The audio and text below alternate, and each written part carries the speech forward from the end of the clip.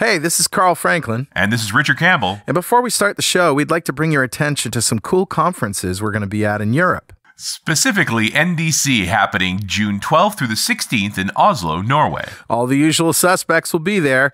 Hey, and they even let us in. But don't hold that against them. No.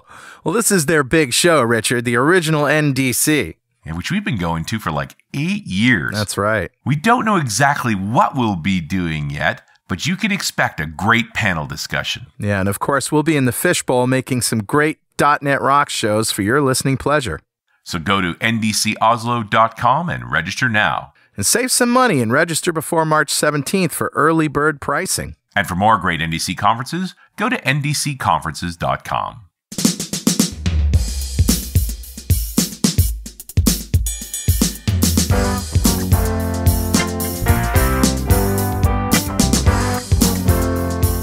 Welcome back to .NET Rocks. This is Carl Franklin. And this is Richard Campbell. And we're coming to you from our respective studios today. Good to be home. Yeah, good to be home. And what can I say? Well, you know, I always ask you, what's new with you? Yeah, what's new with you, buddy? Oh, nothing. Okay, excellent. we're putting this show out at the end of February. The only traveling I'm doing for February is to go down to Redmond to do interviews for the book. Yeah. So I imagine by the time this show comes out, I will have dozens of more hours of recording stuff. Let's see. Brandon is sort of back, and every time Brandon comes to town, you know, he travels the world. Brandon is our engineer. He introduces Run As Radio. He's been editing .NET Rocks for a long time, Brandon Wen. Every time he comes back, I walk into the studio, and it's magically meticulously clean. He's a cleaner. He is a cleaner. I don't know where things are. That's because they're put away properly. Well, it's sometimes improperly, but it doesn't matter. I mean, they're put away, and that's amazing. Yes. It's a little OCD there, just a little. He's actually CDO, which is OCD, but in alphabetical order. Yes. Because it's supposed to be. If you were actually OCD, you wouldn't have commented right now. I'm just saying. All right, let's roll the music for Better Know Framework. Awesome. All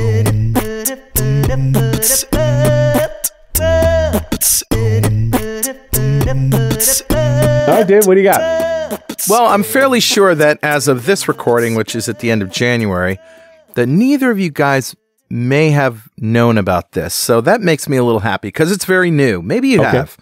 It's prepack, prepack.io. Anyone? Nope. Anyone? Bueller? No. What? All right. So this is a Facebook open source project. Oh, my. It's a tool for making JavaScript code run faster. Okay. And the first statement about it is prepack is still in early development and not ready for production just yet. Please try it out, give feedback, and help fix bugs. When do you think that line's going to go away? Probably right. Yeah. So, although Gmail was in beta for years, is it still in beta? I don't know. I don't know. How do you tell? After 10 years? Yeah.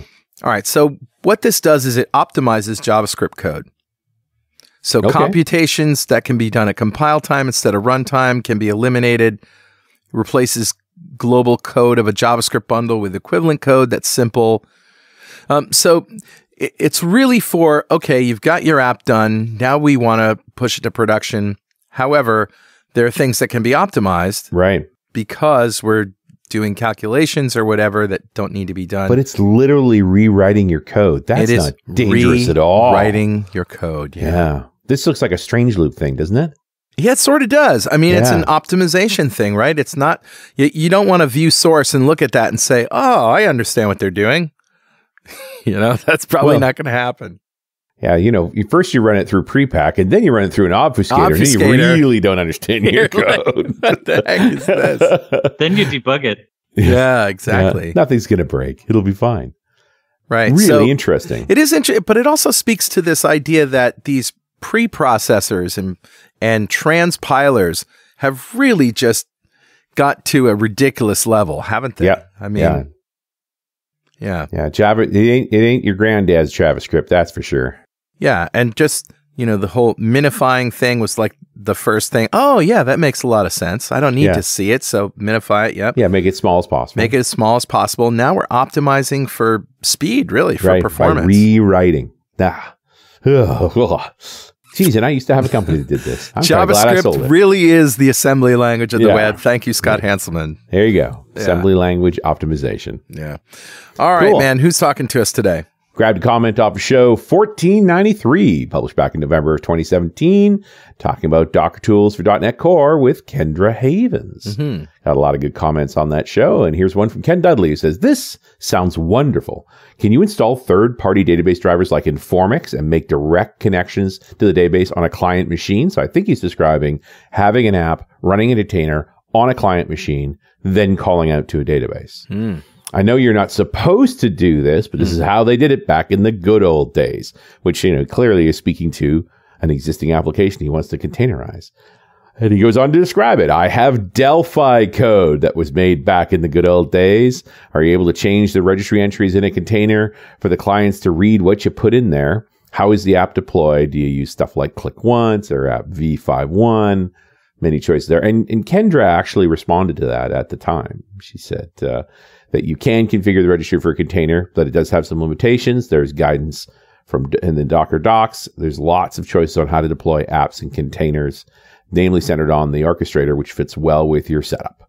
And you can read more about orchestrators as well. Because, of course, we think about Docker and containers and so forth on the server side, but clearly Ken's thinking about it on the client side. Ever since I heard about containers, I've thought about app virtualization on the client side. Absolutely. Yeah. And I think it's important. It's difficult. It's application virtualization as a whole. It's just this. I think it's an area ripe for advancement because disruption. We're at a point now where deploying to the desktop is just not worth the pain. Yeah. When I look at progressive web apps and where that's gotten to, it's like, look, Chrome's already on the machine. I can send apps through Chrome and not deal with all that other stuff. I'm going to do that. But I don't know that we're better off that way. Well, and the more and more stuff we can access from the browser that was in the realm of desktop client. Only. Desktop only. The more compelling that statement and that option is. Absolutely. Anyway, good thinking, and I'm glad that folks like Ken are thinking about it. So Ken, thank you so much for your comment. A .NET Rocks mug is on its way to you. And if you'd like a .NET Rocks mug, write a comment on the website at .NETRocks.com or via any of our social media, because we publish every show to Google Plus and Facebook. And if you comment there and we read it on the show, we'll send you a mug. And definitely follow us on Twitter. I'm at Carl Franklin. He's at Rich Campbell. Send us a tweet. We rewrite them on the fly. We virtualize them in containers. That's right. We optimize the grammar. How's that?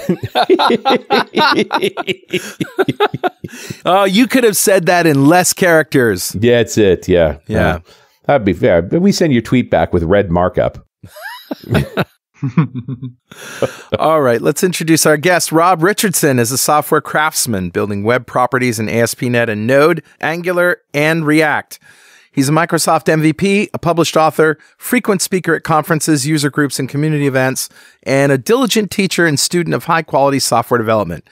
You can find this and other talks on his blog at robrich.org/presentations and follow him on Twitter at rob_rich. Welcome, Rob. Thanks. It's great to be here.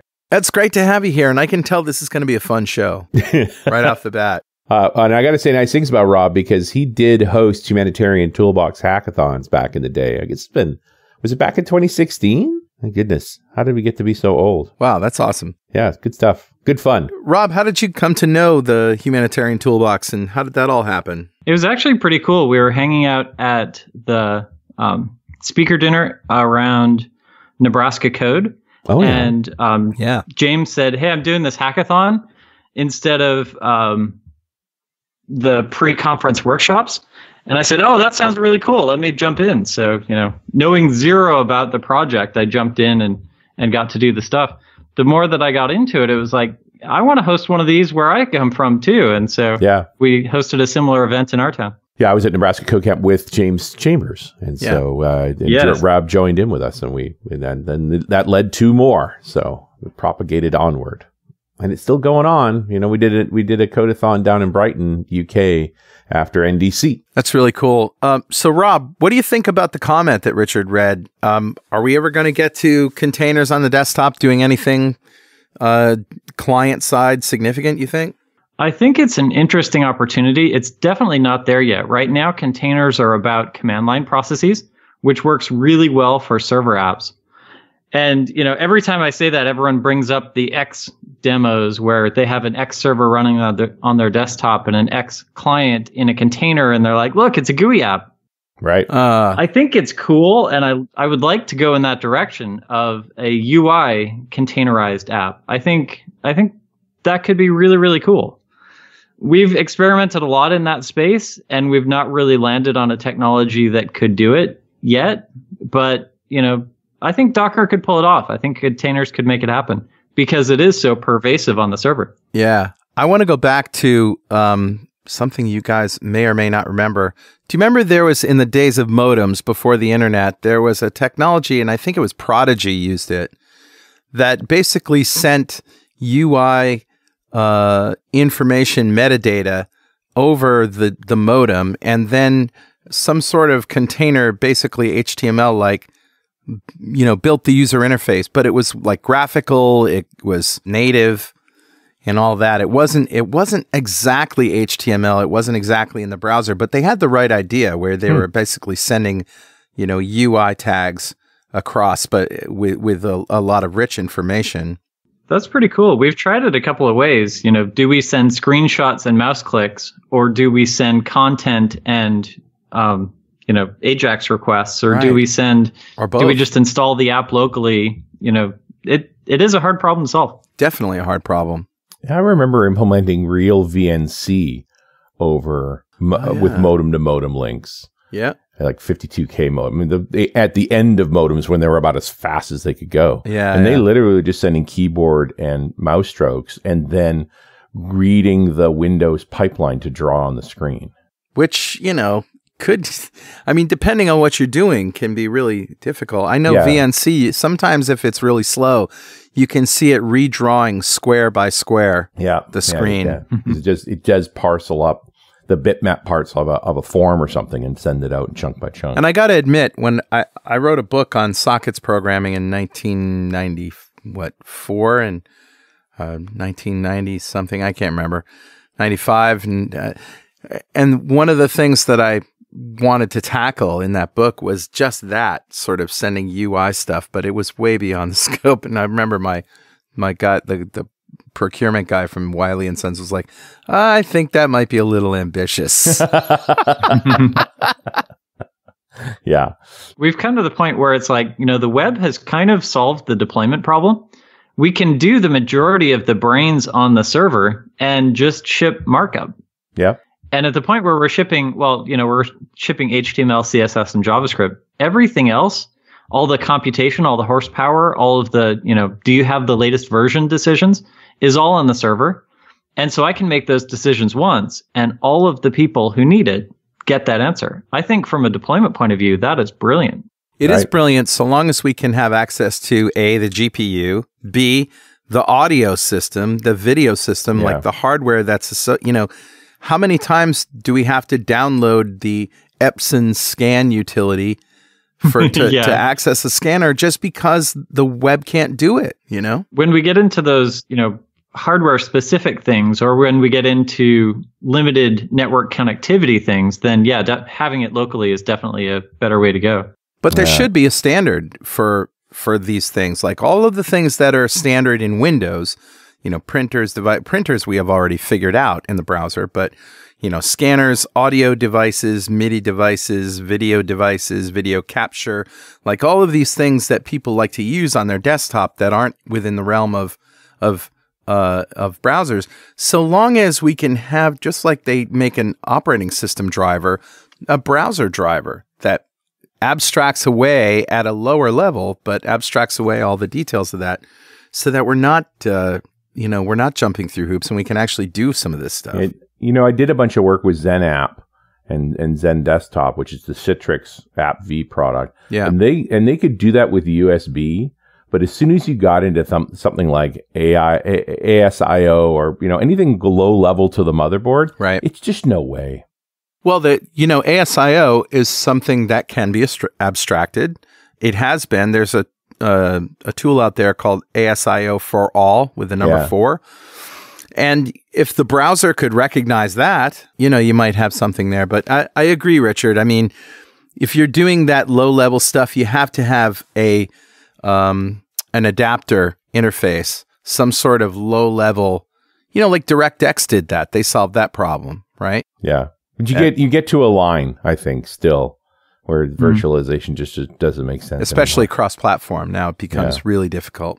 Yeah, it's an interesting problem. And I think it's maybe beyond where containers are right now. Sure.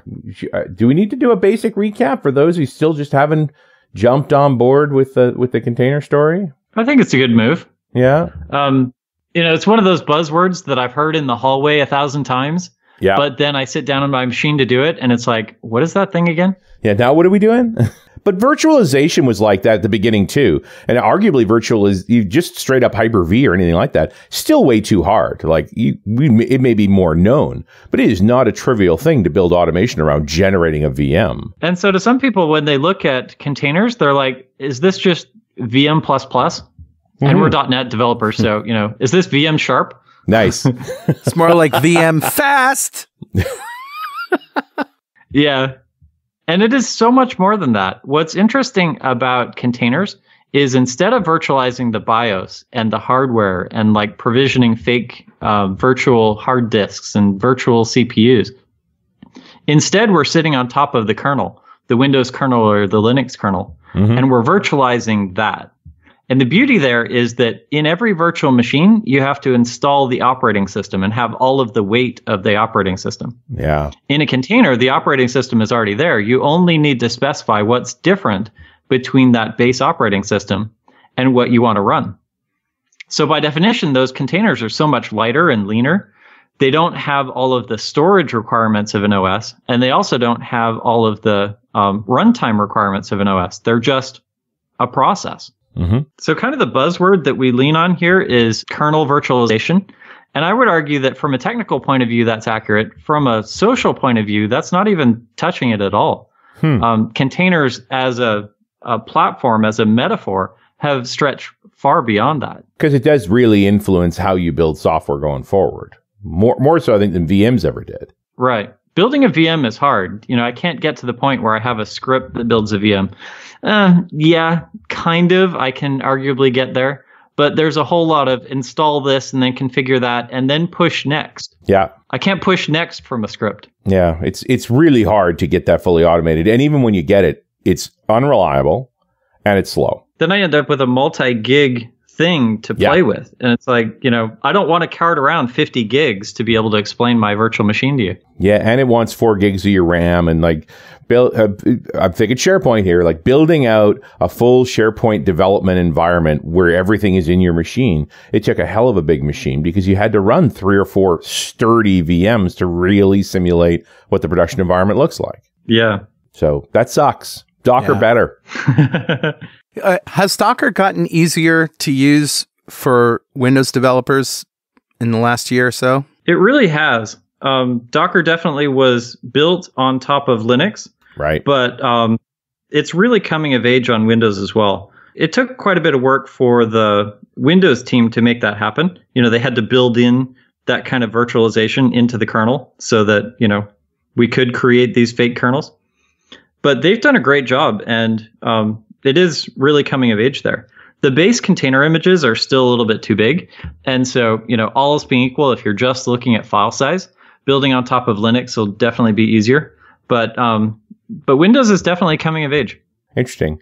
So, and that's why I found everybody that we talked to about containers and .NET is talking about core. Like it's core all the way because they're typically deploying into a Linux instance.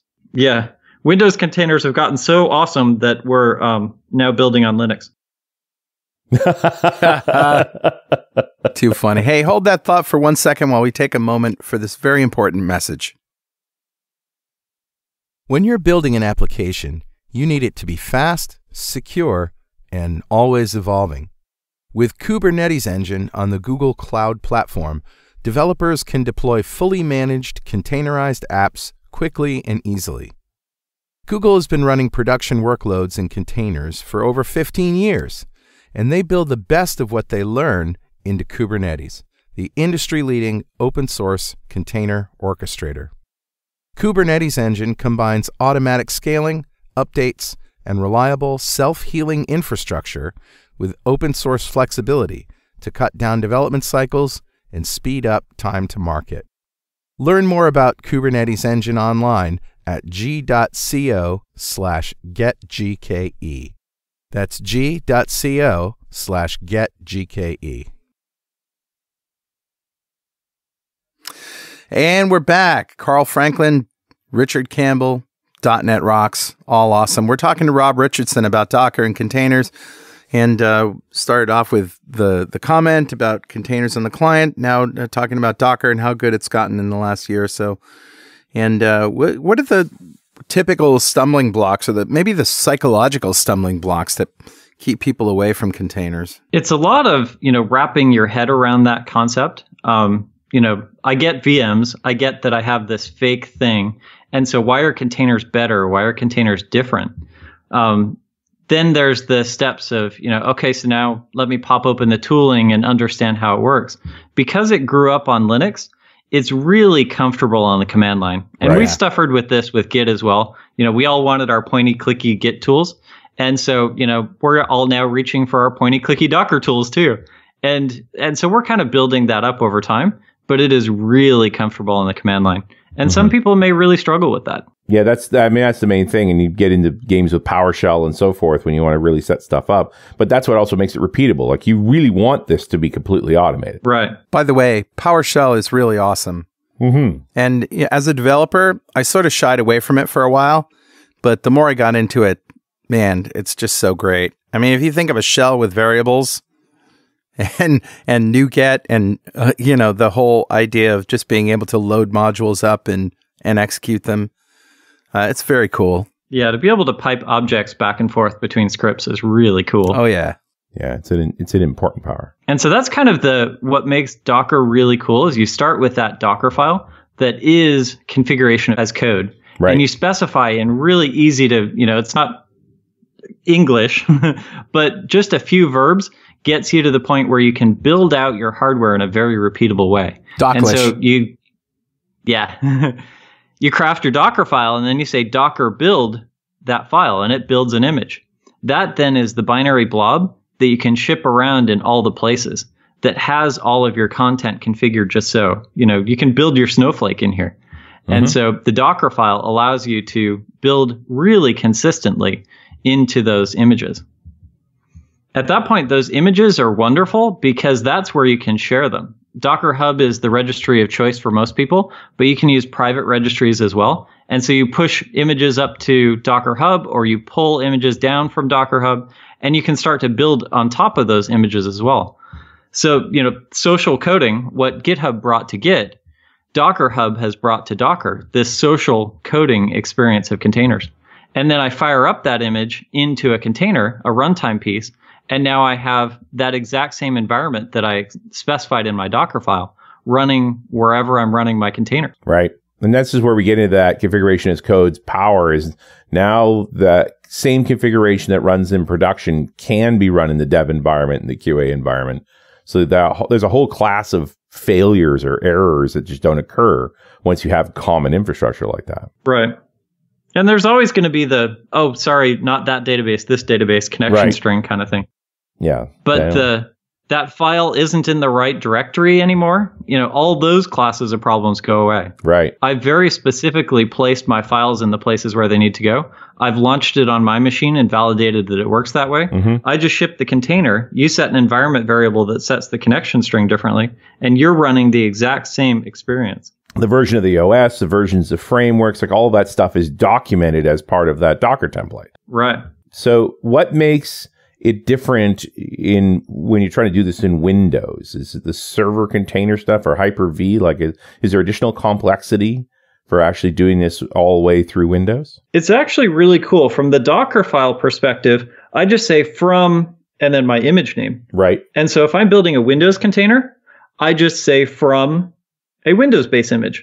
Okay. And ultimately, they bubble up down through Nano Server or Windows Server Core. And what's the preferred one these days? I thought Nano Server was kind of going away.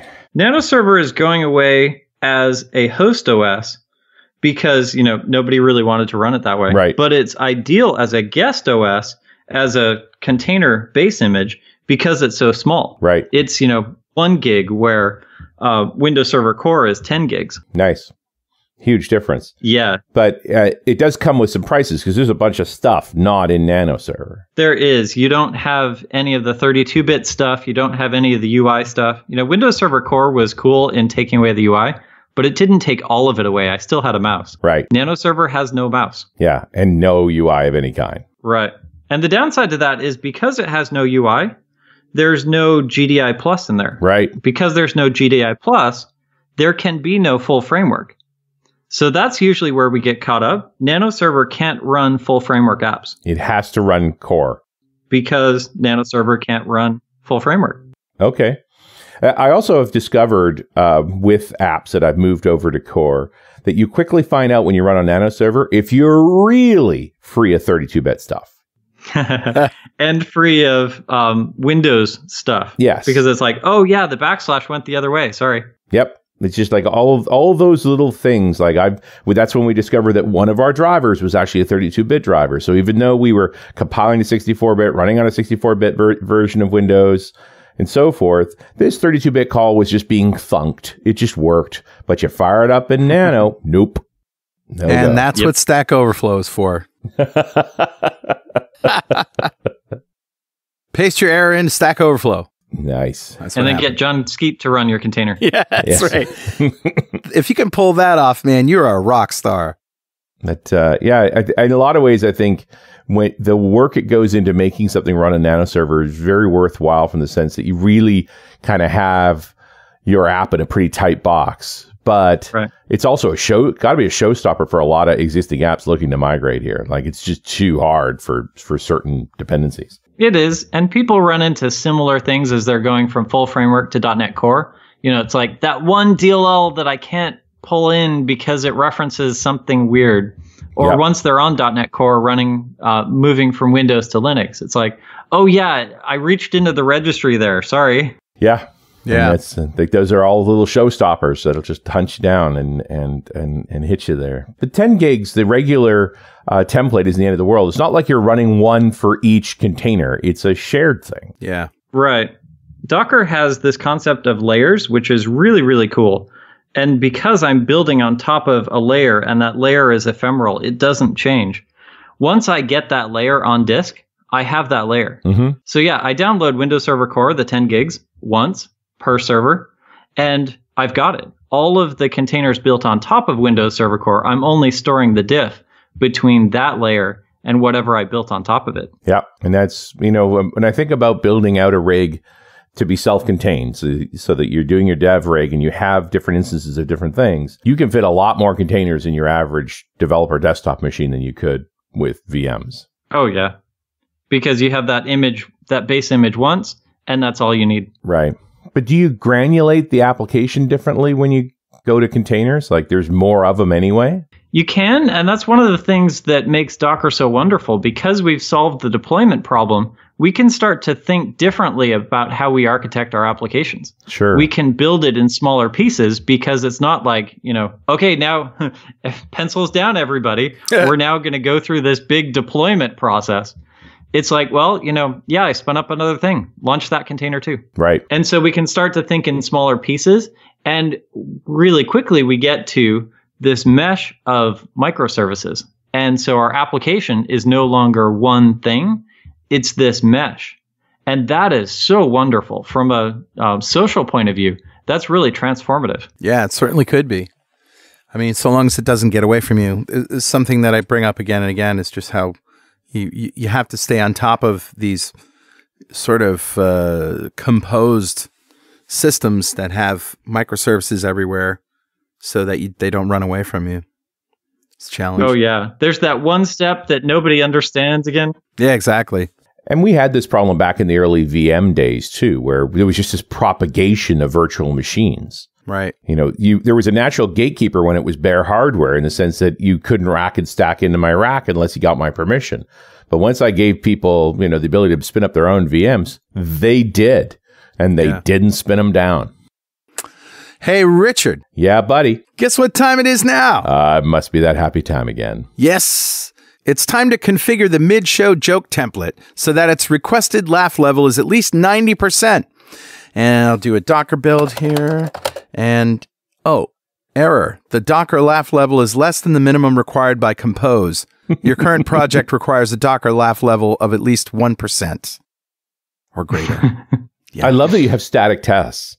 Yeah, I do, of course. I'm just trying to get Was it that to an build, audio man. joke? That's a joke as a service, man. I'm trying to get it to build, that's all. That's all. I just can't Can I build just comment out that unit test? Well, now it builds. It's actually time to give away a D-Experience subscription from DevExpress to one lucky member of the .NET Rocks fan club. Become a UI superhero with DevExpress UI controls and libraries, and deliver elegant .NET solutions that address customer needs today, and leverage your existing knowledge to build next-generation touch-enabled solutions for tomorrow.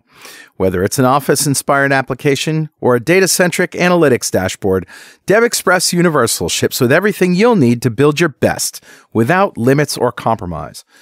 And check out their DevExtreme React Grid, built from the ground up to fully support all the cool features that come with React, like the virtual DOM and state controllers like Redux. It supports master detail, sorting, grouping, paging, and editing, and you can check it out for free on GitHub. But learn more and download your free 30-day trial of DevExpress Universal at devexpress.com/superhero. Well, all right, buddy. Who's our winner? Today's winner, Richard, Peter Tate. Congratulations, Peter. Yes, Peter. Clappers for you. Clappers for you, Peter. Peter just won the D-Experience subscription. That's a big pile of awesome from our friends at DevExpress, just for being a member of the .NET Rocks fan club. And if you don't know what that is, go to .NETRocks.com, click on the big Get Free Stuff button, answer a few questions, and join the fan club. We have thousands of members all over the world, and every show we like to give away stuff from our sponsors. And every December, we give away a $5,000 technology shopping spree to one lucky member of the .NET Rocks fan club. But you got to sign up to win. And we like to ask our guests also, Rob, if you had $5,000 to spend on technology today, what would you buy? What would I buy with $5,000? I went 1,000 ways with this, $5 a piece, Nice. and came up with a bunch of cool things. I think what I'm going to choose is I would sponsor an AZ Give Camp. AZ Give Camp brings volunteer developers together with charities who otherwise couldn't afford software services. We start Friday after work building software. Sunday afternoon, we deliver completed solutions back to those charities. Wow. Sleep is optional, caffeine provided. That sounds like a great weekend. One of the hardest parts that we have with that now is convincing people that we're not Nigerian princes. Yeah. We have the same problem. We've been there, yeah. And so I'm like, no, really, I want to give you free software. No, really, I want you to come feed developers that are building free software. And everyone's like, no, what's the catch? Yeah. And so it's really hard for us to get sponsors and charities now. It's very interesting. It's an interesting challenge just to sort of convince people that they, I think you got to lead with your motivation. Look, this is what I do want. All right. This is why I'm doing this. But it is an interesting problem when you're being generous like that and folks just like, can't be true. No, too good to be true. But it's so much fun. I have some is. downtime. I just want to geek out with something. Well, let me geek out by building something for a charity that then will use it forever. Ours is a force multiplier industry. And so, using my downtime for good is really cool. Yeah. No, it is awesome. Yeah, good stuff. Great idea. Thanks. Where were we? Oh, we were just getting to the point of now with you start re-architecting your application to sort of go to the container size, and that's going to spawn up a lot more containers. So what's the right size for a container? Like, is it a container per service? What does that look like? That's one of those questions like, what's the right size of coffee mug? Larger. Well, Yeah. The size that the boss said so. Right. In general, containers are one process. And the beauty of making them one process is that the Docker engine or the orchestrator that you're looking at can monitor that process. Right. And when that process goes down, it says, hey, that container is unhealthy and it can do different things. So if I'm thinking one process, then that process is, one website or one service or one, database thing. And so at that point, now it's like, well, if I have this microservice kind of thing, how big is a microservice? One concept, maybe, right. And you can experiment with that and make wrong choices on both sides. And so, 10,000 containers running your order entry system is probably excessive. Yeah. But one is also definitely the wrong choice. Yes. So somewhere I tend to want to organize by likelihood of change. So, if there's a set of services that only apply to shipping, mm-hmm. and any change, which means that if there's a change to shipping, it'll happen there. As opposed to we've broken it up into multiple pieces, multiple instances, and that way, when I make a change, I have to change all of them. Where if you over-concentrate, any change affects all of the services, and then, you're constantly rolling out new versions of everything. Right.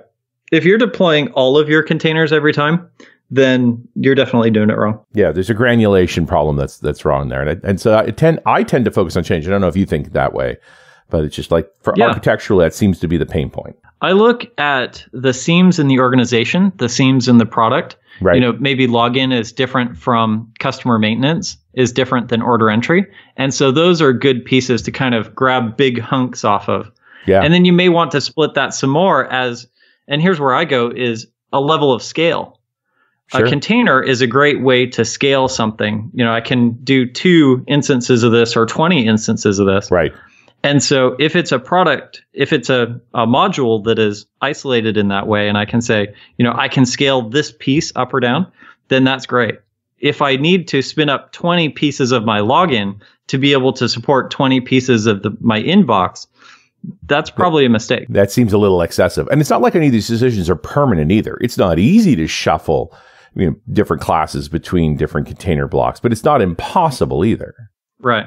So I think you start to see and where you had those problems. They aren't long-lived. They're intended to be these short-lived pieces. Right. So not a big deal to take them up and down. They're ephemeral. So rip them all down, spin up all new ones. Well, I also think, I come from an e-commerce perspective where one of our main goals was continuous uptime. Mm-hmm. So how do you update this application that's doing transactions every minute of every day?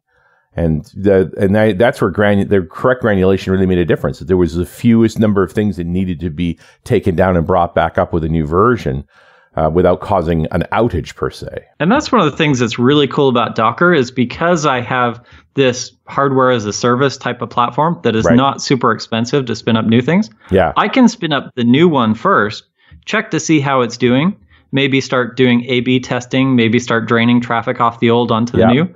And if it is doing okay, I can keep going. Yeah. And at the point where I've got all the traffic on the new system, I can shut off the old one.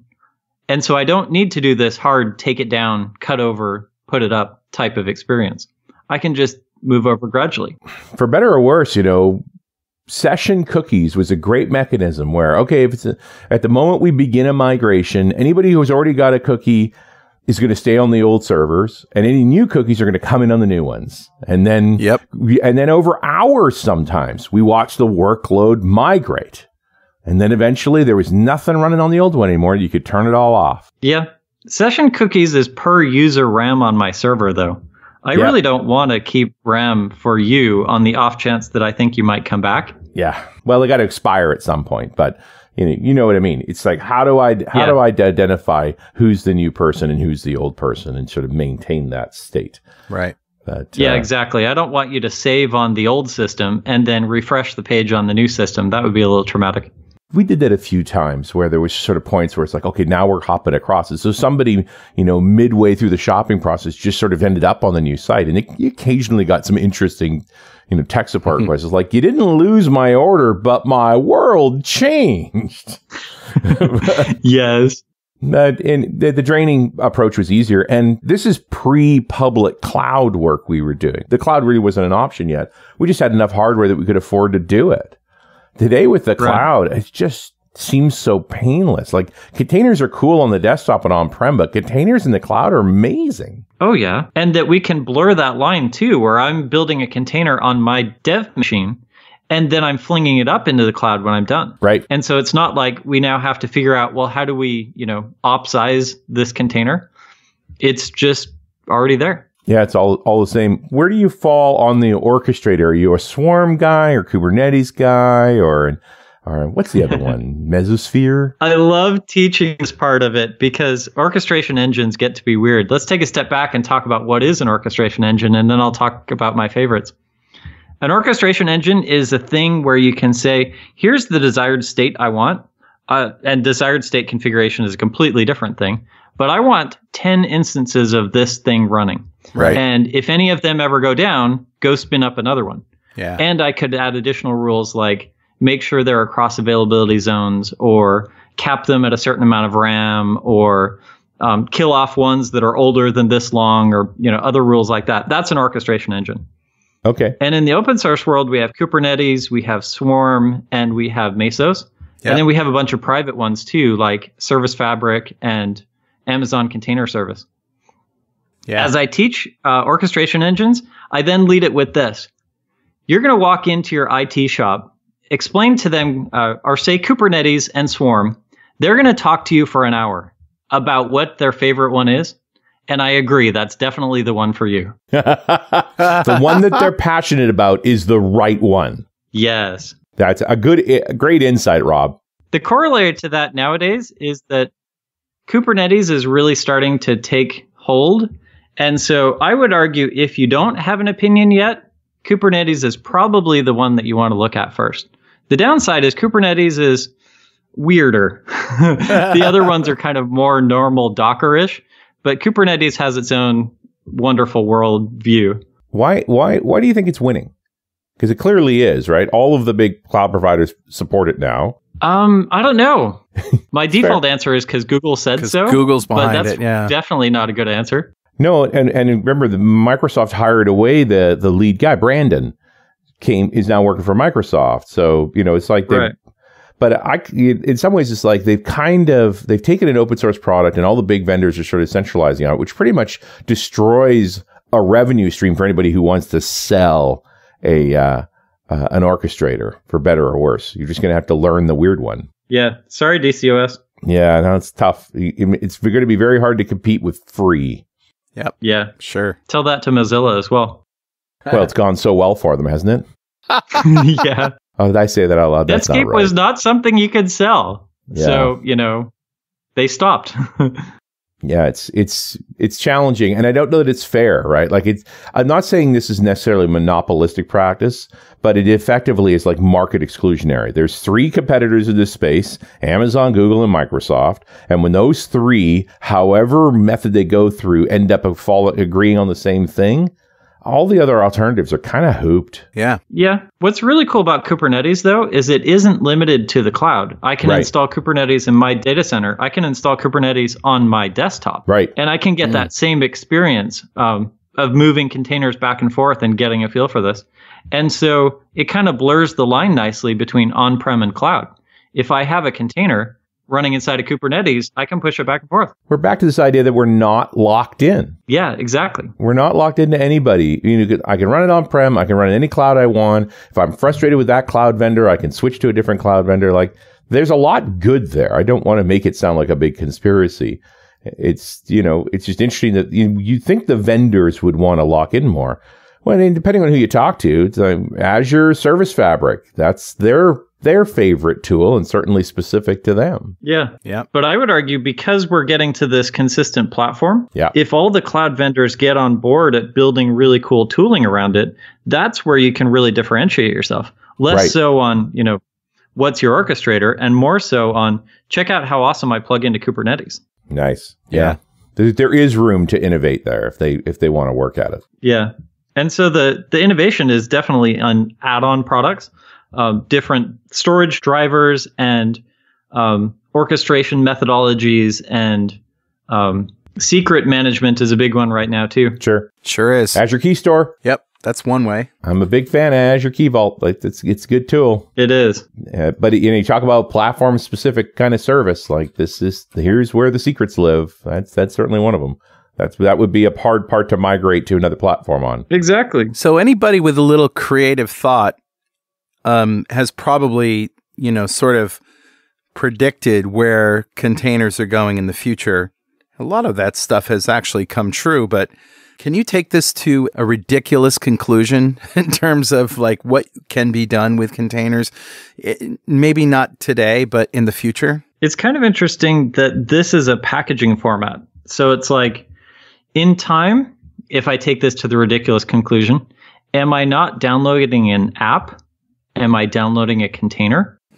Maybe I'm going to the Google Play Store or the Apple iPhone store, and I'm kind of saying, I'm not going to get an APK, I'm going to get a container.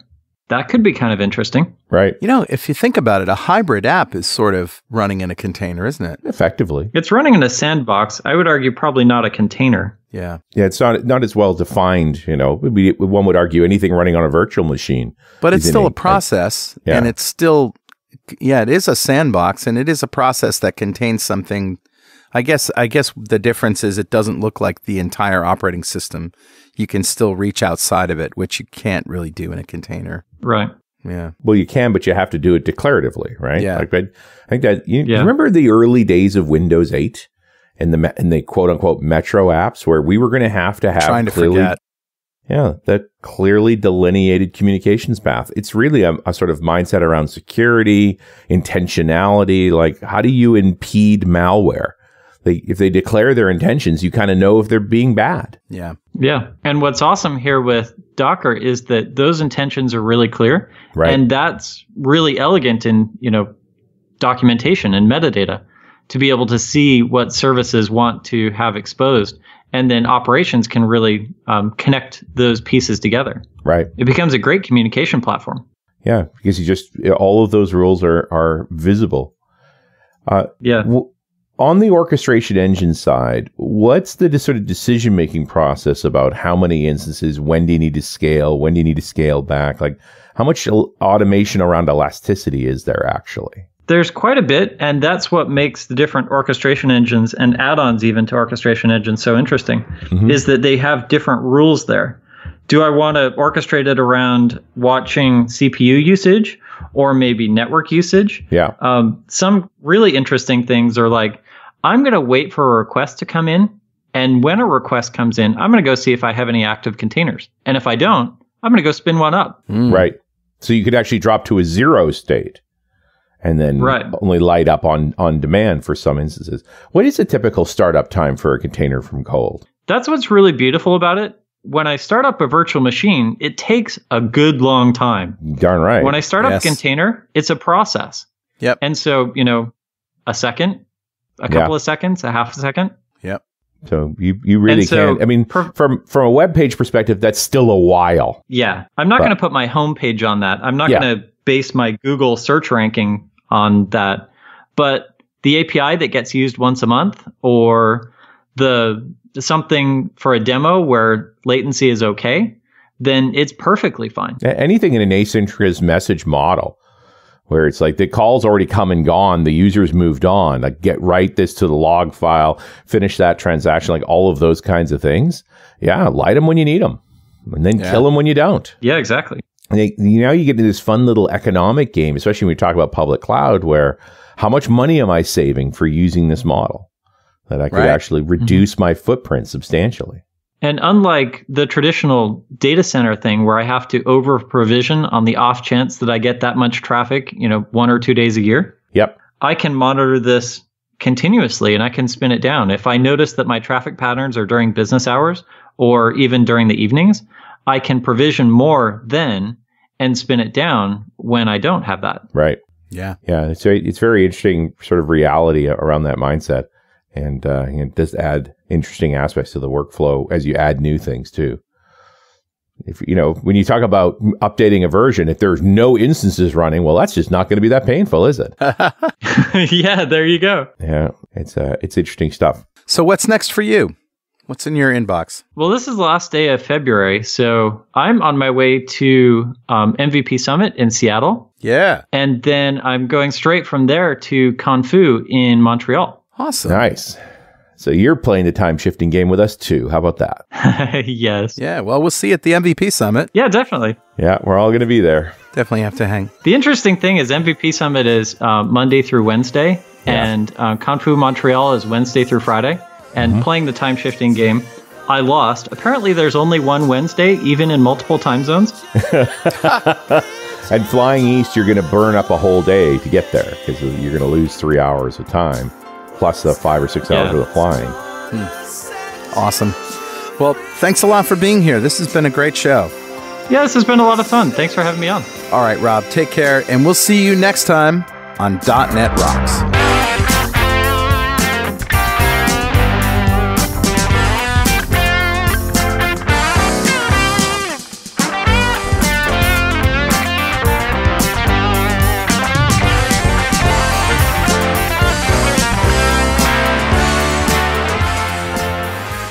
.NET Rocks is brought to you by Franklin's Net and produced by Pwop Studios, a full-service audio, video, and post-production facility located physically in New London, Connecticut, and of course in the cloud. Online at pwop.com. Visit our website at dotnetrocks.com for RSS feeds, downloads, mobile apps, comments, and access to the full archives going back to show number 1, recorded in September 2002. And make sure you check out our sponsors. They keep us in business. Now go write some code. See you next time. Got transmitter banned by the FCC. Yes, I'm a toy boy. Life is hard.